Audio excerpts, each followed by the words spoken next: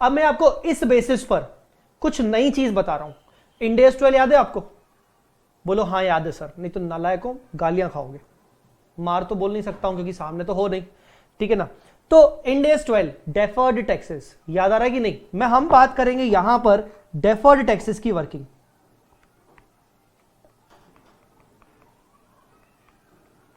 Deferred tax working, ये चीज हम अभी सॉल्व करेंगे इंड AS 12 के अकॉर्डिंग। पहले मैं आपको कुछ बातें बता दूं डेफर्ड टैक्स वर्किंग को करने से पहले। इनकम टैक्स में ROU असेट और लीज लायबिलिटी का कोई रोल नहीं होता है। इनकम टैक्स में जितना भी आप पेमेंट कर रहे हो हर साल, उसका आपको डिडक्शन मिलता है। तो हम लिखेंगे under IT act lessee will get deduction of lease payment made.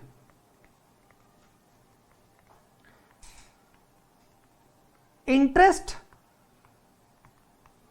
and depreciation claimed shall be disallowed.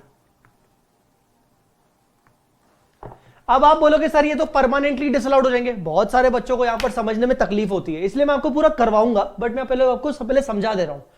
बहुत सारे बच्चे सोच रहे होंगे सर इंटरेस्ट और डेप्रिसिएशन जो हमें डिसअलाउड हो रहा है सर, ये तो परमानेंटली डिसअलाउड हो गया, ये तो कभी हमें फ्यूचर में अलाउ होगा नहीं। मैं बोलूंगा नहीं, बेसिकली ये इंटरेस्ट और ये डेप्रिसिएशन जो आपका डिसअलाउ हो रहा है, यही चीज तो आपकी लीज पेमेंट है ना, यही आपका लीज पेमेंट है ना। बेसिकली डेप्रिसिएशन कहां से निकला? ROU असेट का, और ROU असेट कहां से निकला? Present value of lease payment. तो लीज पेमेंट का तो आपको डिडक्शन मिल रहा है ना। इंटरेस्ट कहां से निकला? इंटरेस्ट निकला लीज लायबिलिटी के ऊपर, और लीज लायबिलिटी को आपने स्टार्टिंग में प्रिंसिपल वैल्यू पे बुक किया, और अगर उसमें इंटरेस्ट जोड़ दे तो आपका लीज पेमेंट टोटल आ जाएगा। सो बेसिकली इंटरेस्ट और डेप्रिसिएशन जो डिसअलाउ हो रहे हैं, उसके बदले जो हमें लीज पेमेंट अलाउ हो रहा है, वो एक ही चीज है, one in the same thing है। आपको मैं प्रूव करने के लिए बता सकता हूं कि जो लीज पेमेंट है वो है आपका 20, 30, 50। सो बेसिकली 20, 30, 50 आपका 1 लाख रुपए लीज पेमेंट, 1 लाख रुपए IT एक्ट में अलाउड होगा। अब मैं आपको बता रहा हूं कि आपका इंटरेस्ट कितना था। देखिए 9284, 7998, 53, एक सेकेंड कितना था, 5354। इसका टोटल करते हैं 9284, 7998, 5354, ये हो गया 22636। और डेप्रीसिएशन जो आपके बुक्स ऑफ अकाउंट्स में है दोनों, है ना, बुक्स, डेप्रीसिएशन कितना 25788 हर साल, 25788, 25788, 25788, 25788 into 3, तो it is 77364। Total comes to 22636 is 1 lakh only as per books. So now try to understand, जो बच्चे ये बोलेंगे मुझे कि सर हमारा जो इंटरेस्ट एंड डेप्रिसिएशन है वो तो परमानेंटली डिसअलाउड हो गया, उस पे डीटी क्यों निकाल रहे हैं? मैं बोलूंगा वही इंटरेस्ट एंड डेप्रिसिएशन के रूप में आपको, लीज पेमेंट के रूप में आपको वही इंटरेस्ट एंड डेप्रिसिएशन का बेनिफिट मिल रहा है। So basically this is allowed by income tax, this is disallowed by income tax, this is a temporary difference.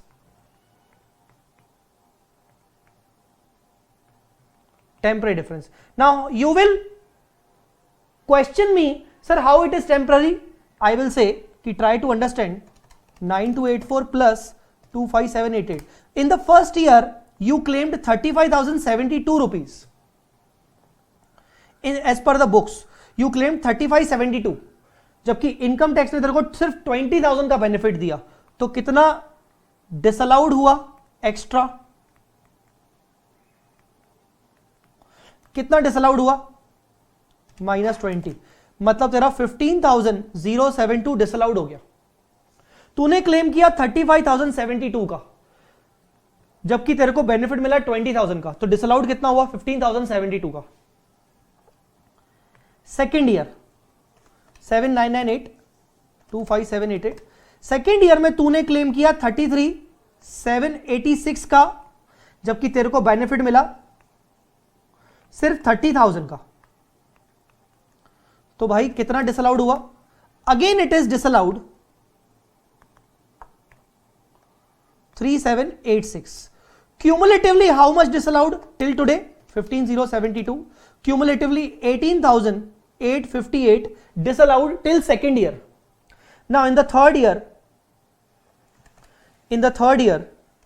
5354 25788 total comes to 31142 and income tax ने तुझे अलाउड किया 50,000, एक्सेस अलाउड। तो इस बार you can say कि यार income tax ने तो ज्यादा अलाउड कर दिया, मतलब वही 18,858 तेरा डिसअलाउड हो गया, इसीलिए मैं ब्रैकेट में लिख रहा हूं। सो तेरे को ये पॉइंट समझ में आना चाहिए कि मैं जो बोल रहा था कि भाई देख तेरे साथ पहले साल में नाइंसाफी हुई एक तरीके से, क्योंकि तेरे को डिसअलाउड हुआ, तेरा टैक्स ज्यादा लगा, तो तूने बोला कोई बात नहीं, फ्यूचर में मेरे को बेनिफिट मिलेगा। मतलब तू आज क्या बनाएगा? बेसिकली आज बनाएगा DTA, क्योंकि डिसअलाउड एक्स्ट्रा हुआ। फिर तू DTA बनाएगा इस बेसिस पे। तूने बोला यार आज तक मुझे 18,858 का डिसअलाउड हो चुका है, नेक्स्ट ईयर में तेरा अलाउड हो गया, तो यहां पर होगा DTA रिवर्स्ड।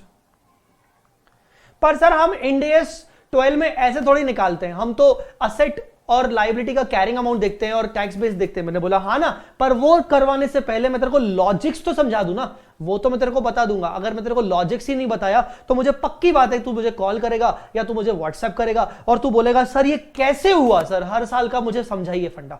तो मैंने सोचा यार मैं तेरे को पहले ये लॉजिक बता देता हूं, मैं तेरे को DTA की वर्किंग तो करवा ही लूंगा, ठीक है ना। तो तू एक काम कर, तू पहले इसको नोट कर, फिर मैं तेरे को DTA की ओरिजिनल प्रॉपर एक फेयर वर्किंग करवा दूंगा।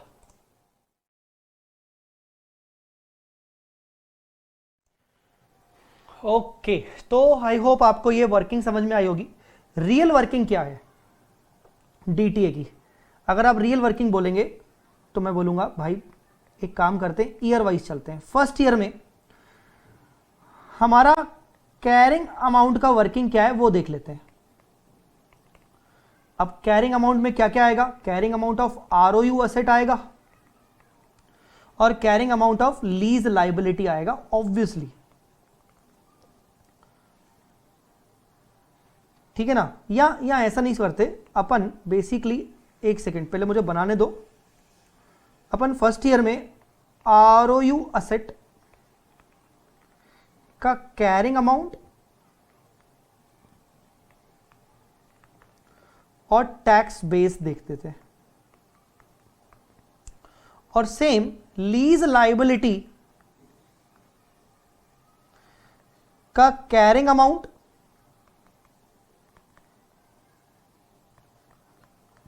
और टैक्स बेस देख लेते हैं।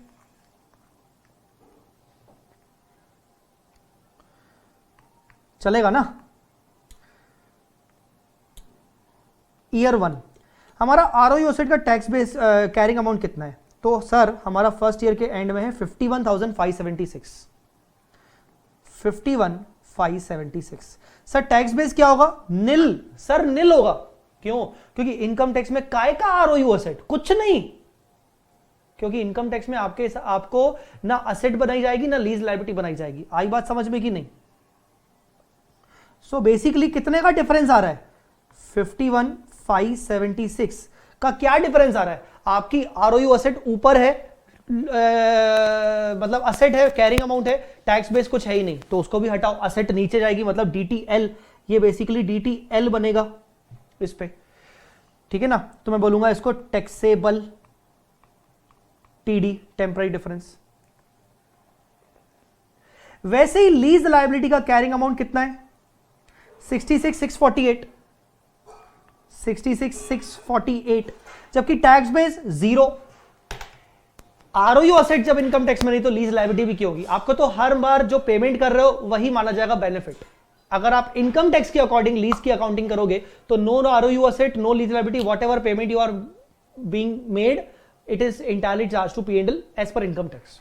सो बेसिकली ये आपका निकलेगा 66,648, क्या?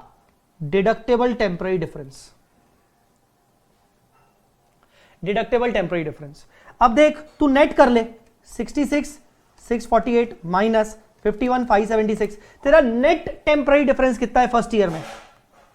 Net temporary difference in year 1 तेरा है 15,072। तू इस फिगर को मैच कर सकता है 15,072 को, ये देख 15,072, तेरा 15,072 फिगर ज्यादा है। टैक्सेबल टेम्पररी डिफरेंस इतना, डिडक्टेबल इतना ज्यादा है, तो मैं बोलूंगा net temporary difference which is deductible. तो तेरे को बनाना पड़ेगा डेफर्ड टैक्स। मान लो 30% का तेरा टैक्स रेट है, तो तू डीटी बनाएगा 45, ये मैं बोल रहा हूं अज्यूम 4522, तू डीटीए बनाएगा। आई बात समझ में कि नहीं? DTA created through P&L, obviously P&L। P&L क्यों? यहां पर ओसीआई का फंड इसलिए नहीं आ रहा क्योंकि डेफर्ड, ये जो इंटरेस्ट है, ये जो डेप्रिसिएशन है, ये सब तेरे P&L के आइटम है। ठीक है, अब आते हैं तेरे सेकेंड ईयर में। सेकेंड ईयर में तेरा आरओयू एसेट का कैरिंग अमाउंट कितना था? 25,788, 25,788, जबकि तेरा टैक्स बेस कुछ भी नहीं, तो बेसिकली 25,788 तेरा क्या हो गया? Taxable temporary difference. और यही चीज मैं लीज लायबिलिटी की बात करूं तो 44,646, 44,646 तेरा लीज लायबिलिटी का कैरिंग अमाउंट और टैक्स बेस 0। तो बेसिकली तेरा जो डिफरेंस आ रहा है वो होगा डिडक्टेबल टेम्पररी डिफरेंस 44,646। अगर तू नेट करेगा 44,646 का temporary difference tax deductible minus 25,788 का टेम्पररी टैक्सेबल डिफरेंस, तो तेरा जो नेट डिडक्टेबल टेम्पररी डिफरेंस आएगा वो आएगा 18,858। अब तू इस फिगर को मैच कर ले, तेरा ये फिगर 18,858 मैच हो जाएगा। आई बात समझ में? मतलब अब इसको इंटरप्रेट करते हैं। पिछली बार तेरा डिफरेंस 15,072 था, इस बार तेरा डिफरेंस बढ़ गया, इसका 30% डीटी कितना बनेगा? 5657। ये तेरा deferred tax asset as per balance sheet होना चाहिए, तो क्रिएट कितना करेगा? पिछली बार कितना क्रिएट होगा था? 4522, तो तू इस बार इसको 4522 माइनस 5657, इस बार तू 1135 DTA क्रिएट करेगा थ्रू P&L, और तेरा balance of DTA balance sheet में देखेगा 5657 बिकॉज ऑफ दिस 18,858 का टेम्पररी डिडक्टेबल डिफरेंस। ठीक है, थर्ड ईयर में मैं तेरे को ऐसे ही बता देता हूं, तेरे को समझ में आ जाएगा। थर्ड ईयर में तू देख, तेरा आरओयू असेट 0 हो चुका है और कैरिंग अमाउंट 0 हो चुका है, और इनकम टैक्स में तो वो वैसे भी 0 है। इसका मतलब कोई डिफरेंस नहीं है। जब थर्ड ईयर में कोई डिफरेंस नहीं है तो you have to reverse this, you have to reverse this reversal in third year. तो तू एंट्री करेगा P&L to DTA that is 5657। ऐसा क्यों? मैं फिर से बता देता हूं। थर्ड ईयर में तेरा आरओयू एसेट 0 हो गया, carrying amount 0, tax base 0, no difference. Third year में तेरा लीज लायबिलिटी 0 हो गया, carrying amount 0, tax base 0, no difference.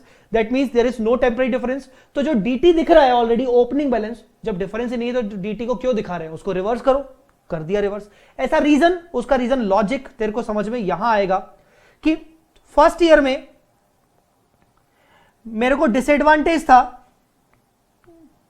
First year में मेरे को डिसएडवांटेज था, सेकंड ईयर में डिसएडवांटेज था, थर्ड ईयर में मेरे को उतने का ही एडवांटेज वापस मिल गया। तो जो मैंने डीटी क्रिएट किए थे थर्ड ईयर में, मैं उसको रिवर्स कर दूंगा। यही तो सोच के क्रिएट किया था ना कि जब मुझे एडवांटेज मिलेगा तो मैं टैक्स कम पे करूंगा, मुझे एडवांटेज मिल गया। अब मेरा टैक्स एडजस्ट हो गया करंट टैक्स के साथ, तो मेरा फ्यूचर मेरे टीटीए को रिवर्स कर दूंगा। मैंने आपको इंडस्ट्रियल में यही बताया था कि जो डेफर्ड टैक्सेस होते हैं वो फ्यूचर के आने वाले करंट टैक्सेस बनते हैं।